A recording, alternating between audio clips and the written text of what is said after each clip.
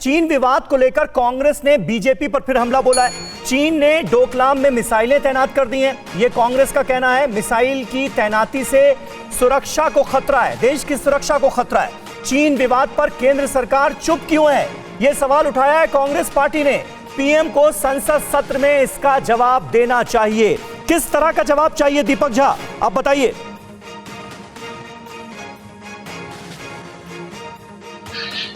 बिगड़ तथ्यों के तथ्यहीन बात करेंगे कि कांग्रेस का रिश्ता चाइना के साथ है। अरे चाइना का रिश्ता आपका भाजपा के साथ है, आपके नरेंद्र मोदी के साथ है। 18 बार मिलना साबित करता है। तो तथ्यहीन बातें ना करें, कृपया इनको समझा दीजिए। दूसरी बात मैं कहता हूं, जब विदेश मंत्री एस जयशंकर कहते हैं कि एलएसी पे चीन सैनिक को बढ़ा रहा है और समझ से परे है, तो कांग्रेस अगर सवाल उठाती कि वो मिसाइल तैनात कर रहा है, तो इसमें बुराई क्या भैया? आपके विदेश मंत्री नहीं समझ पा रहे हैं, आपके रक्षा मंत्री नहीं समझ पा रहे हैं कि चाइना करना क्या चाह रहा है, और आप यहाँ पे आके बड़ी बड़ी बातें कर रहे हैं। तो कृपया करके देश को बरगलाने की स्थिति में मत डालिए। आप देश के सामने स्थिति को स्पष्ट करें। जब तक आप स्थिति को स्पष्ट करेंगे नहीं, तो बड़े बड़े भाषणों से देश नहीं चलने वाला है, मन की बात से चलने वाला नहीं देश। क्योंकि अब आप जनता को समझ में आ गया है, क्योंकि सेंटीमेंट के साथ है। हमें सब सैनिक के साथ रहे। समीर जी, आप भी सैनिकों के साथ खड़े हैं। जवाब दे देता हूं। बच्चा देश का सैनिक के साथ खड़ा है, लेकिन सैनिक के सेंटीमेंट के साथ। ठीक है। ये आरोप जो है ये राजनीतिक है, इसलिए प्रमोद स्वामी साहब जल्दी से एक छोटा सा जवाब दे दीजिए, फिर मैं गुरमीत सिंह साहब के पास जाऊंगा एक्सपर्ट कमेंट के लिए। जल्दी से प्रमोद जी।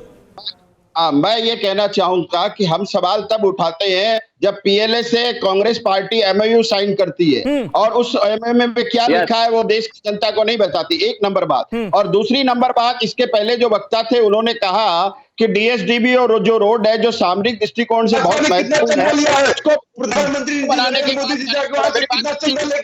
एक मिनट दीपक एक करके तू मैं नहीं जी मैं बता रहा हूँ। हाँ। लेकिन हमने जो इंफ्रास्ट्रक्चर को मोदी जी ने मजबूत किया, उससे चीन में बौखलाहट हो गई। और एक समय जो यूपीए के रक्षा मंत्री थे एके एंथोनी साहब, उन्होंने संसद में कहा था कि हम इंफ्रास्ट्रक्चर को मजबूत नहीं करेंगे, क्योंकि अगर हम इंफ्रास्ट्रक्चर को मजबूत करेंगे तो चाइना उसका फायदा उठाएगा।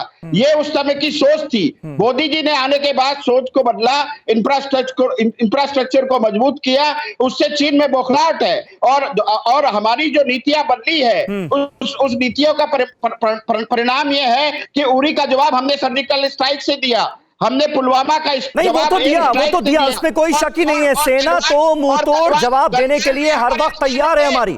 गुरमीत सिंह साहब, लेकिन और ज्यादा इन चीजों को क्लैरिटी के साथ रखा जाना चाहिए क्या देश की जनता के सामने? जो सवाल दीपक उठा रहे थे और ये सवाल कई लोग उठा रहे हैं, क्या आपको भी इसकी जरूरत लगती है, या आपको लगता है कि नहीं, सारी चीजें ठीक तरीके से सामने आ रही हैं?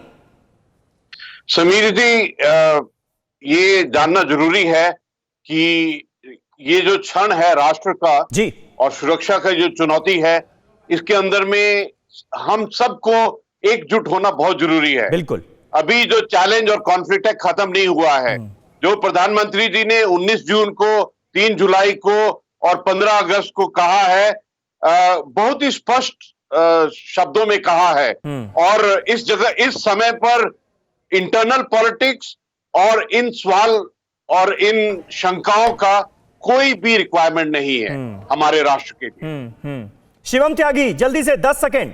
खतरा देश के अंदर नहीं, देश के बाहर है, उससे निपटने की स्ट्रैटेजी बने। देखिए, मैं बिल्कुल, ना कि हम आपस में लड़ें।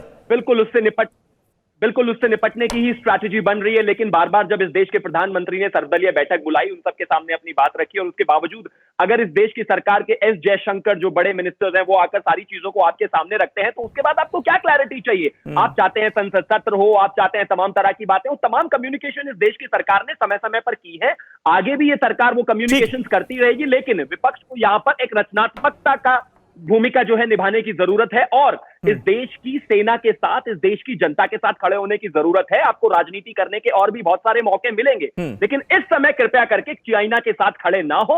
और जब आप ऐसी बातें करते हैं तो कहीं ना कहीं आपको नहीं लगता कि जो यहां पर चाइनीज एम्बेसी बैठी हुई है वो इन खबरों को लेकर जाती होगी? और अगर आपको इतनी ही ट्रांसपेरेंसी चाहिए तो सीपीसी से 2000, ठीक है, यानी आप ये कुल मिलाकर कह रहे हैं कि ऐसा कोई बयान, वो क्या है? ऐसे कोई बयानात नहीं आने चाहिए जिसका फायदा चीन उठा ले। न्यूज़ टॉप 9 रोज सुबह 7 बजे और शाम 7 बजे सिर्फ TV9 भारतवर्ष पर।